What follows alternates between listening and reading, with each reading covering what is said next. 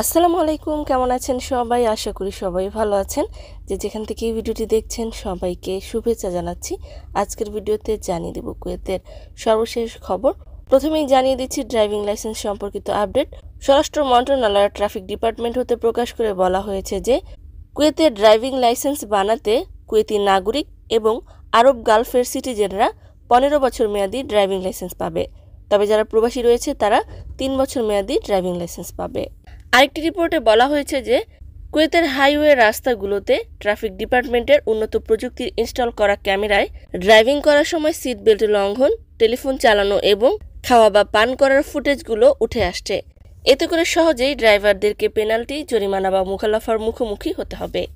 জানিয়ে দিচ্ছি civil ID card সম্পর্কিত আপডেট। কুয়েত প্যাসি কর্তৃপক্ষ থেকে প্রকাশ করে বলা হয়েছে যে মালিক পরিবর্তন, বাসস্থান পরিবর্তন অথবা বাসস্থান ভেঙে ফেলা সহ আরও বেশ কয়েকটি কারণে প্রায় 457 জন প্রবাসী সিভিল আইডি কার্ড বা পতাকা থেকে তাদের আনয়ন বা ঠিকানা মুছে ফেলা হয়েছে।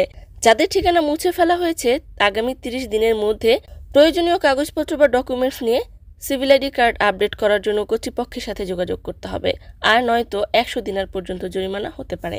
অন্যদিকে অভিযান সম্পর্কে স্বরাষ্ট্র মন্ত্রণালয় দেওয়া রিপোর্ট অনুযায়ী খাইতান এলাকায় 2831টি ট্রাফিক লঙ্ঘন জারি করা হয়েছে, 34 জন ব্যক্তিকে গ্রেফতার করা হয়েছে এবং 17 জন আকামাইন ও শ্রম আইন লঙ্ঘনকারীকে গ্রেফতার করা হয়েছে। এছাড়াও 22টি ওয়ান্টেড যানবাহন জব্দ করা হয়েছে, 3টি গাড়ি জব্দ করা হয়েছে, 2টি মাদকদ্রব্যের মামলা পাওয়া গিয়েছে এবং 4 জন ব্যক্তিকে ট্রাফিক পুলিশের কাছে রেফার করা হয়েছে। আরও বলা হয়েছে যে স্বরাষ্ট্রমন্ত্রী শেখ ফাহাদ ইউসুফ আল সাবাহ বলেছেন যে যারা ভিজিট বিষয়ে কুয়েতে এসে আইন লঙ্ঘন করবে, দীর্ঘদিন অবস্থান করবে, তাদের বিরুদ্ধে কঠোর শাস্তি প্রদান করা হবে। অন্যদিকে আরেকটি রিপোর্টে বলা হয়েছে যে কুয়েত আদালত বর্তমান কুয়েতের শেখ পরিবারের একজন সদস্যকে দুর্নীতির অভিযোগে আটক করেছে।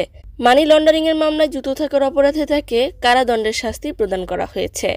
জানিয়ে দিচ্ছি আরও একটি গুরুত্বপূর্ণ আপডেট। কুয়েতস্থ বাংলাদেশ দূতাবাস হতে প্রকাশ করে বলা হয়েছে যে কুয়েতে অবস্থিত বাংলাদেশি প্রবাসীদের নিয়ে প্রতি মাসে গণশুনানির যে আয়োজন দূতাবাসে করা হয় সেটি আবারও করা হবে 14 অক্টোবর 2024 রোজ সোমবার দুপুর 2টার পর হল রুমে অনুষ্ঠিত হবে।